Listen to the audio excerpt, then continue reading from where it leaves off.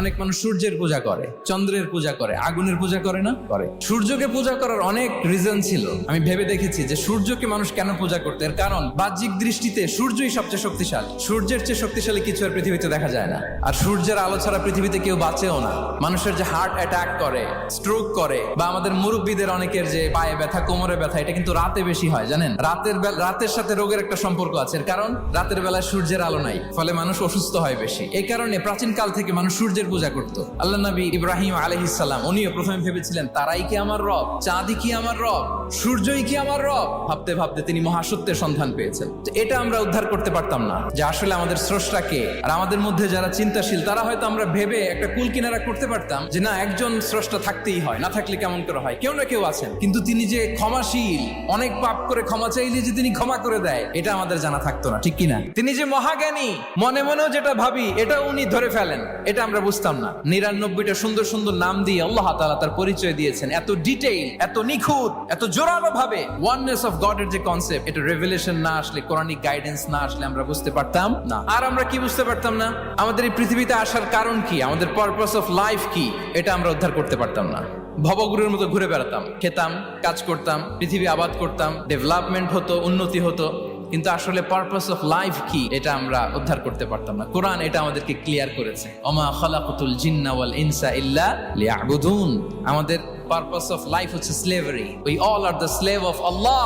দাসত্বের জন্য আমরা তৈরি হয়েছি। আর most interestingly, life after death, এটার ব্যাপারে আমাদের ক্লিয়ার কাট কোনো ধারণা থাকতো না। এই যে আমরা এখন বাই সিকোয়েন্স জানি যে আমরা মারা যাব, এরপরে কবরের আযাব, এরপরে আল্লাহর সুপ্রিম কোর্টের কাঠ গড়ায় আমাদেরকে দাঁড়াতে হবে, এরপরে হয় জান্নাত নয় জাহান্নাম, এবং সেটা আজীবন, চিরকালের জন্য। In detail life after death সম্পর্কে আমাদের নিজেরা চিন্তা, গবেষণা, রিসার্চ করে কি এটা জানা সম্ভব ছিল বলেন? না। কোরআন মৃত্যুর পরের জীবনকে নিশ্চিত করেছে, এবং এই যে লাইফ আফটার ডেথ, মৃত্যুর পরের জীবন আসলে আমাদেরকে হোপফুল করে, আশাবাদী করে। কারণ আমরা বিশ্বাস করি আমাদের হারানোর কিছু নাই। আমরা যদি কাউকে হারাই, সাময়িক কষ্ট পাই, কিন্তু আমরা জানি আমাদের আবার দেখা হবে। আমার আব্বাকে হারিয়েছি, আম্মাকে হারিয়েছি, বন্ধুকে হারিয়েছি, টিচারকে হারিয়েছি, আমি পাবো, তাদেরকে পাবো, হারাচ্ছি না। এই বিচ্ছেদ সাময়িক, এবং আখিরাত আসলে থাকতেই হবে। অন্যান্য অনেক ধর্ম আখিরাতের ব্যাপারে বলে, কিন্তু ইসলামের মতো এত ইন ডিটেইল, নিখুঁত ভাবে বলতে পারেন। পুনর্জন্মবাদের কথা আপনারা শুনেছেন, ভালো করলে ভালো হয়ে আবার আরেক জন্মে আসবো, খারাপ করলে কুকুর হয়ে জন্মাবো, বিড়াল হয়ে জন্মাবো, এরকম কথা অনেক ধর্ম বলে। কিন্তু ইসলাম এত সুন্দরভাবে দ্য কনসেপ্ট অফ আখিরা আমাদের সামনে হাজির করেছে। আল্লাহু আকবার। এটা হিউম্যান ব্রেইন দিয়ে ওই ব্যাপারে আমাদের কোনো কিছুই জানার সুযোগ ছিল যদি আল্লাহ তাআলা কোরআনিক গাইডেন্স না পাঠাতেন। এবং আখিরাত আসলে থাকতেই হবে। আখিরা না থাকলে তো এটা একটা joke, it's a fun, it's a rubbish thing. আখিরা থাকতেই হবে, কারণ অনেক কিছু পৃথিবীতে সেটেল হয়নি, সেটেল হয় না। আপনাকে মেরেছে, কাউকে হত্যা করেছে, কাউকে গুম করেছে, পৃথিবীর কেউ জানে নাই, তো এটা সেটেলমেন্ট হওয়া লাগবে না? অনেক ইস্যু আছে সেটেল হয় নাই, এগুলো সেটেল হবে। কড়াই গন্ডায় হিসেব চাওয়া হবে, যত ঋণ সেদিন আদায় করা হবে। চিল্লায় বলেন ঠিক কিনা? এজন্য আখিরাত লাগবে। এবং আখিরাত যদি না থাকে, এই পৃথিবীতে আমরা কোনো বিচার কার্যক্রম পরিচালনা করলেও ওইটা ইনসাফপূর্ণ হওয়া সম্ভব না।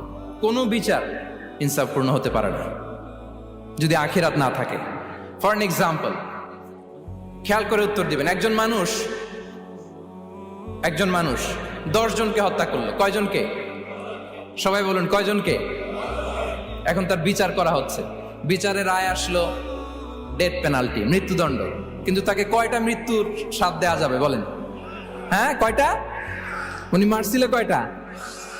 তো হয়েছে এটা, ও 10 জনের মারছে, 10টা প্রাণ হত্যার কষ্ট 10 জনকে দিল, কিন্তু ডেথ পেনাল্টিতে ওকে দেয়া গেল কয়টা কষ্ট? আখিরাত লাগবে না? কথা বলেন না কেন লাগবে না? ওই দিন সব হিসাব হবে, ঠিক কিনা?